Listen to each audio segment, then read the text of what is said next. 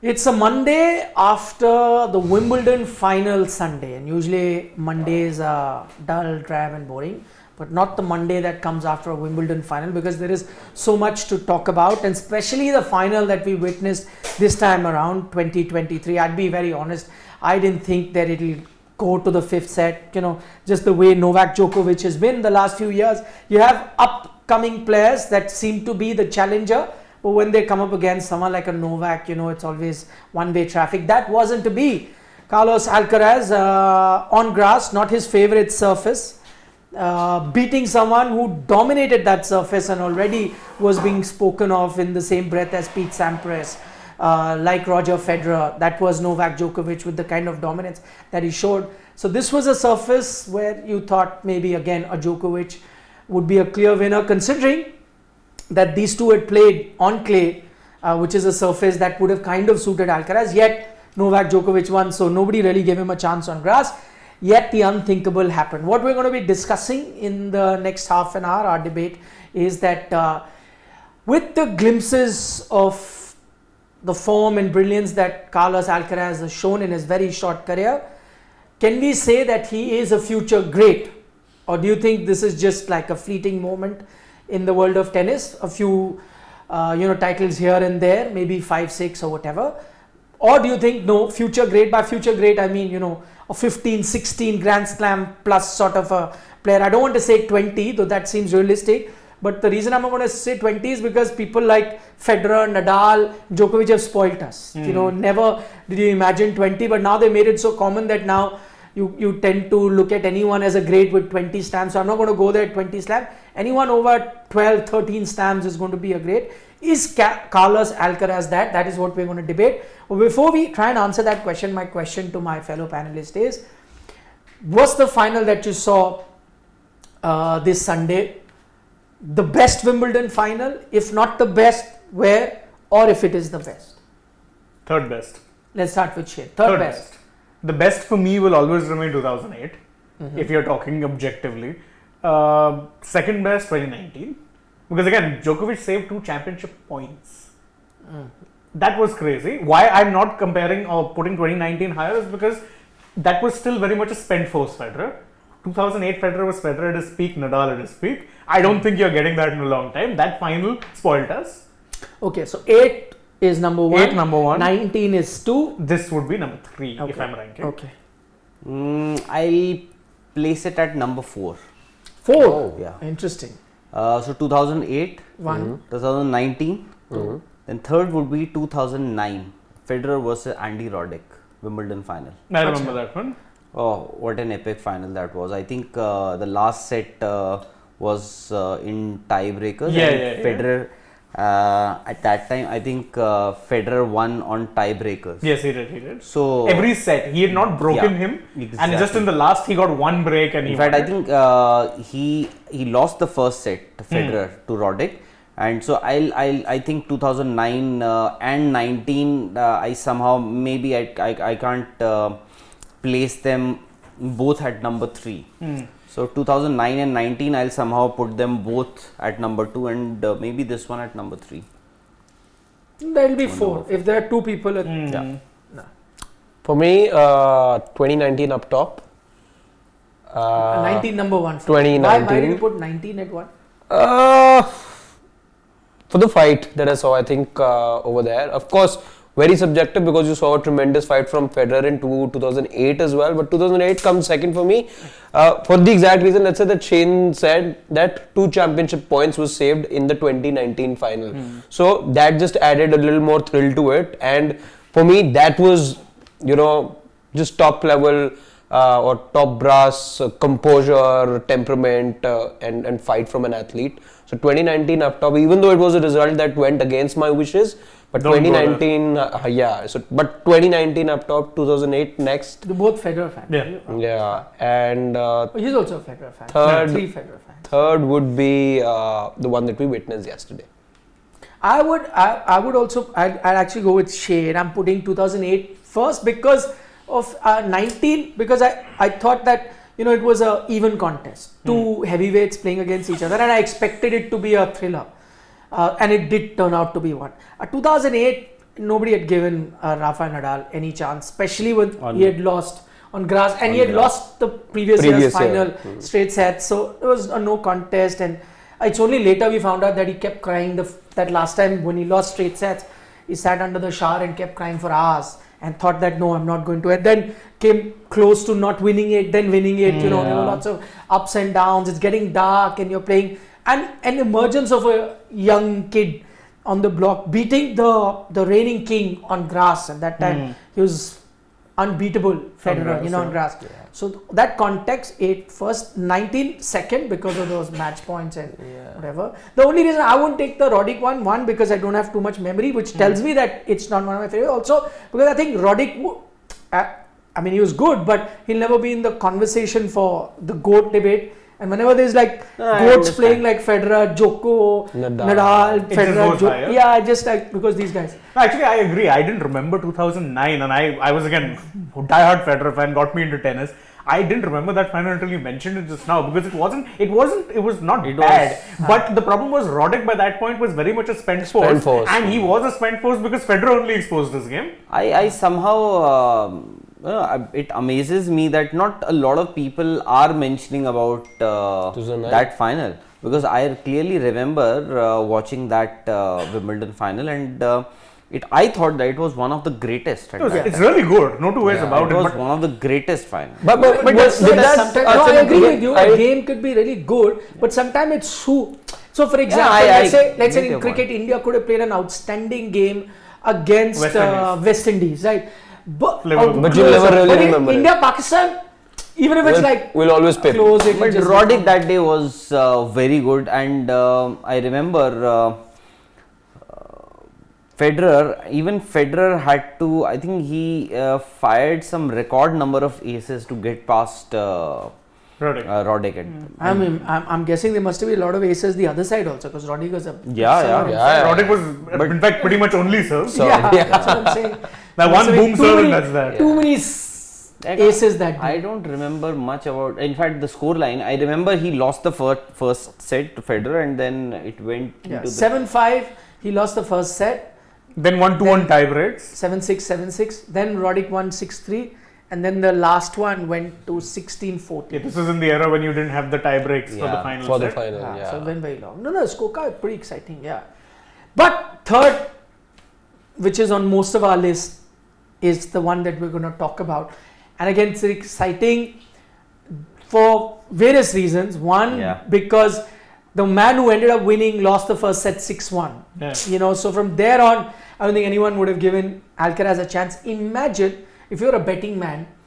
Firstly, anyway, Novak would have started as the overwhelming favorite, but you know, odds keep changing. After the first set at 6-1, imagine if someone put his money for Alcaraz to win at that time, would have got crazy amount of odds. Yeah. Would have made a lot of money if he did. And I'm only talking about odds because in Europe it's legal, right? You can go to a Ladbrokes or a Betfred and place a bet. So Odds anyone who available. did that would have been incredible for him to. And by the way, the match now in hindsight you see, which is I'm saying, you know, few hours after the game is done, it's so exciting to talk about it because it was hanging by a thread. The next set goes to a tiebreaker, a close one at that. Alcaraz plays amazingly well, but it could have gone either way. True. If Joko would have gone 2 sets to love up, no chance. Yeah. From In there, fact, Alcaraz was winning. No That chance. tie-break, early on in the tie-break, it was Djokovic who was ahead.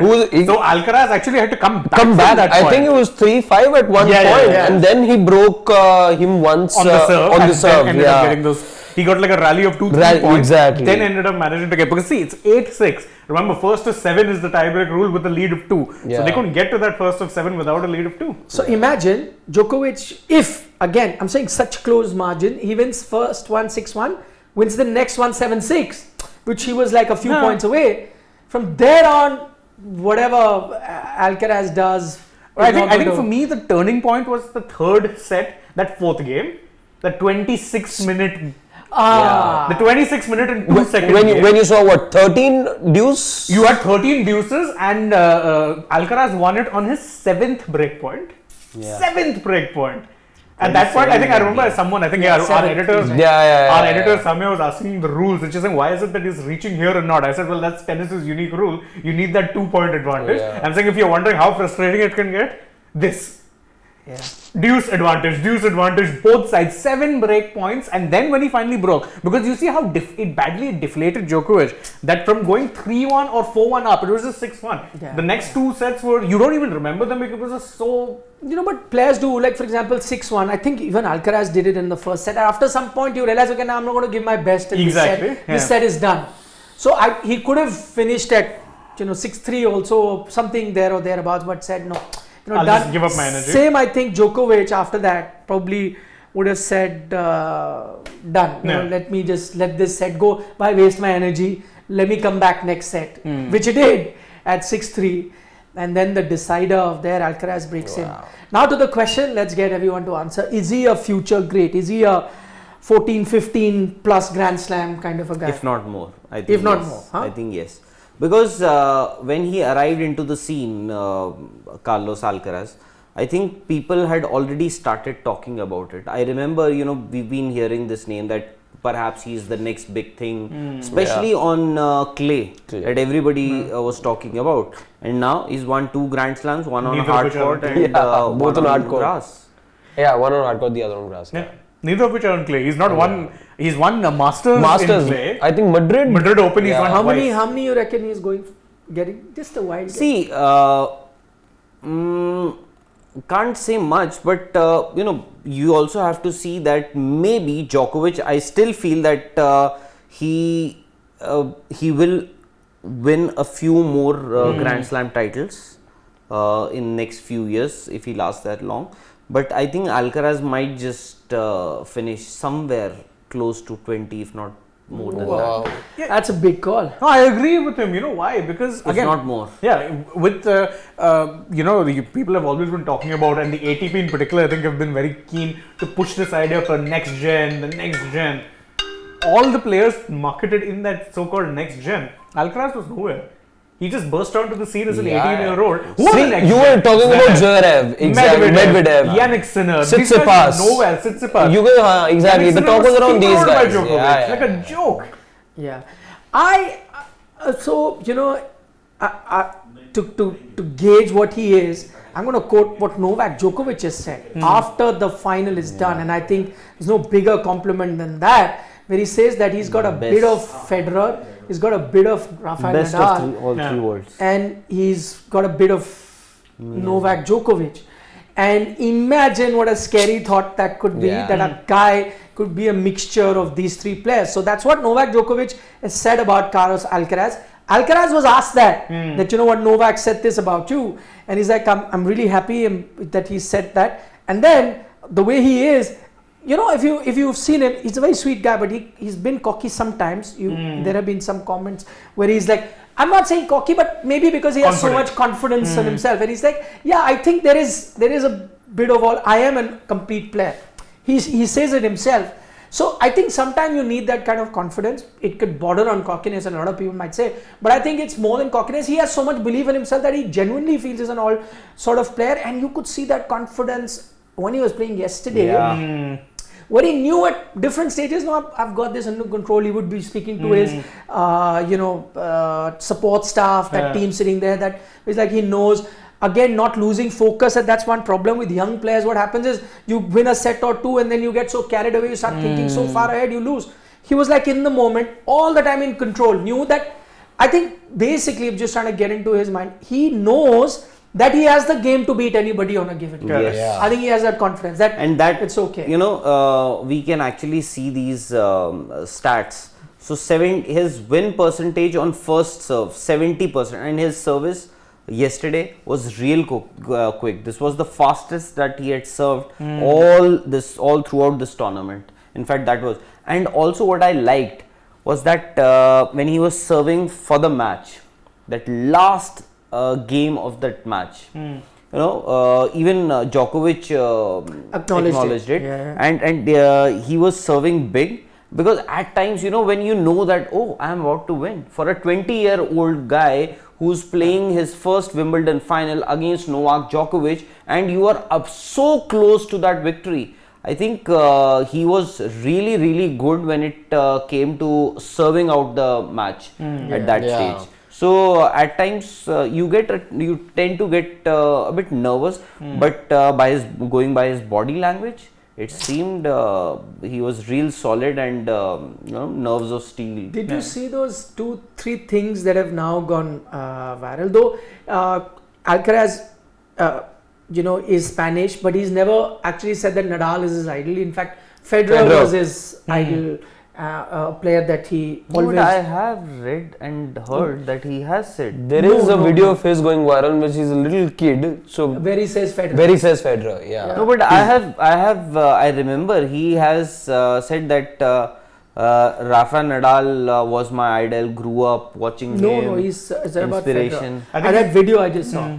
Maybe at that time he was somewhere close to maybe, and it changes also. In Spain he would say Nadal. And I guess as kids it changes. Right? If you're a kid, you like all play. But anyway, the point I was making was that there are few videos which are very interesting. One, the similarity that time Federer was the reigning king of grass and a clay courter that sense comes and beats him. From there on goes on to dominate. Similar, the king of grass like Novak Djokovic. I wouldn't call Carlos Alcaraz as much of a clay courter as Nadal because he's done well on other surfaces, but someone whose favorite surface is not grass comes and a youngster just like that beats the reigning king. Similarity. The similarity in the way the point actually played out. If you've seen the video of 2008 now, the point actually plays out almost similarly. He hit the net. He hits the net. They both drop down. Same number of shots, drop down in a similar fashion. That similarity between the two of them is incredible. And there's another thing which is fascinating. Their obsession or OCDing with the bottles. Did you see that? Yeah, that is also going So viral. he does exactly the same way, multiple bottles. Nadal keeps 2 if I'm not wrong. Yeah, different. He keeps more, but he's also particular about how they are placed. And so now Nadal knows particular about 2 things. One, of course, is bottles. The other is his sock. No, and another thing is, if you see him, how he used to step on. He has many. Lot of other things as well. He steps onto the thing. He'll never touch the paint. If you see him go, like he gets up and goes, like people just walk. Baseline. He will, when walking into the court, he will not touch the paint. His leg has to be in the middle of that. So he has multiple areas where he's little OCD. Let's say. Yeah. Well, the great man said it himself. He's got a bit of Nadal after all, right? And something similar that Nadal has is he also can retrieve anything. Anywhere in the court, which also Djoko does, which is why people say for the first time, Djoko must have experienced what it feels like to play Novak. Novak because Nadal doesn't have that game, or he doesn't rely on that game to play anywhere close to the net. Whatever he does it from the baseline. So and he can just for example, if that game lasted for 27 minutes, Nadal would have ran from one corner of the baseline to the another for those 27 minutes. I think he also has that kind of ability to retrieve virtually anything and everything. By the way, you pointed out Djokovic. Yes, he also has that kind of an ability. But Nikhil, how many titles do you see him? That's what I'm saying. I also think he's going close to 20. And I'll tell you that two things that really stand out in his game, which I think makes him a future great. One, that he, like Federer, you knew had that good court, like serve and volley sort of a thing. His volleying was very good and had the big serve. Now, when he had that, Novak didn't have the big serve. Novak doesn't have a net game. Nadal didn't have a big serve. Nadal didn't have a net game. But that's what Alcaraz has. Now, he has that. He can serve better than Novak. He's not as good as Federer, but can serve better than Novak, Djokovic and Rafael Nadal. Got a better serve. Has a better net game where he doesn't mind coming and serve and volleying, which he does more than a Novak or a Nadal does. And what Federer didn't have was like a great outstanding retrieving ability or playing 20-25 shots each baseline game, which he has. So when Djoko said that he has a bit of all of us, which is true, which is why I'm saying that he has that ability, which there'll be weakness amongst all three. He doesn't have any of that weakness. So he's much all-round sort of a player. That is what I like. And the second quality I like about him is those guys who retrieve like Nadal or like Novak Djokovic. By the time they used to reach the 4th and the 5th set, you could see they're tired. Right? They're pushing, they're bringing their last ounce of their energy into each point. You could see it in Novak. They'll take breaks. All of that. With Alcaraz, fifth set, at no point I could see him out of breath. At no point I was 20. seeing. Yeah, but even in 20, like younger Nadal or whatever, by the time it reached fifth set, if I'm watching it on TV, I'm feeling exhausted looking at Nadal. Nadal makes you feel that. Correct, right? But in this guy, he's also running that much. I'm not feeling. He's as his breathing is at just as like the first set. He's not, he's not putting his racket. You'll see those images of racket taking the breath between. None of that. Which Djokovic was trying to do yesterday. Correct. He's 36. Because he was, But even 10 years ago, 5-set, a very tough 5-setter, you will see a Novak or a Nadal, because of the game that they will be taking some break or, trying to squeeze some minutes out, towel ke saath, or, with the service, because they want to catch their breath back. This guy, none of that. Supremely fit. That tells me the only worry that I have, and the only way he's not going to win up those many Grand Slams, if he gets injury. And to be fair, he's had 2 major injury setbacks already in his career. After he won the US Open, picked up an injury, missed the year-ender. Despite that, finished as the top-ranked player, was fit for the Australian Open, in practice picked up a hamstring injury. That's why he came into the French Open undercooked. So that is a worry. And you're right, actually, we keep talking about Novak beating him on clay, and we were judging him, but he was not 100%. Nowhere near. He was cramping. I think by the time they were into the second set, he already had cramps. Yeah, he was cramping. I mean, all in all, you guys, how many slams? And considering the fact that there's no challengers coming for him yet, the one challenger being Djokovic, who we know is, coming towards the end of his career. But Djokovic... No, what after is my point. What if, I'm just saying, again, what if he just... See, again, for him to win slams, he'll have to get past many players, stay injury-free, and also beat Alcaraz. What if this is that moment now where he just can't beat Alcaraz? We've seen it happen. Which would mean, what if he's won his last slam? What if he has a Serena moment, basically? Stay stuck on 23. Yeah. It's possible. What if? Because before this you said that he needs to be fit, and once he reaches a slam, he's fit, he'll win it. But I still feel, looking at the way Djokovic has been playing, I still feel that there's something left in him. A lot, in fact. The way he's played here, whatever said and done, he's won, I think, 4 of the last 5 Grand Slam titles. Djokovic. See, US Open he didn't play, by the way. US Open he didn't play. So whatever said and done, Djokovic is still, you have to say, maybe he is still he's still the final boss, of course. Yeah. But I think he's found the one person who can take that role from him. So that was because see, US Open he didn't play. Vaccination. Australian Open. He did play 2022. Australia 23 he played. He won. Yeah, he won the Australian Open. He won the French Open. This year, this Wimbledon, he played the final. So Djokovic is still not done yet, I think. So do you think? Yeah, I still feel that maybe a few more titles. But I'm saying, and I would want this rivalry to spice up. Although there comes a mental block. So early in his career, Carlos Alcaraz has beaten Djokovic. Now everybody is saying such a great game. And Alcaraz is the next big thing, or already is the biggest thing on tennis circuit. So, and next time you face him in a final or in a title clash, then you have those mental blocks. Can I beat him? Which I thought used to happen whenever anybody was playing against Nadal at French Open. Or Federer. You were playing against their reputations, basically. Exactly. Not just against the player. Can I reputations. So, and maybe towards the the second half of Federer's career, maybe that happened with Federer also against Nadal or Djokovic. The one thing I will definitely say about Alcaraz is that I could see that this could now be the moment where tennis popularity might dip, because Federer's retired, Nadal on his last legs, not playing, and there's only one Novak Djokovic. No other player has really caught anyone's imagination. Now reading a lot of chatter on social media, speaking to a lot of people, since morning, exchanging messages. The one thing that Alcaraz has done is really revived tennis, where now people I who are agree. just like kind of losing interest, I they agree. found him. Because Djokovic, no, it's very tough for everyone to like. It's the fact. Yeah, whether he's it's right or wrong. a controversial character. let's put Correct. it So this way. not everyone gravitates towards him.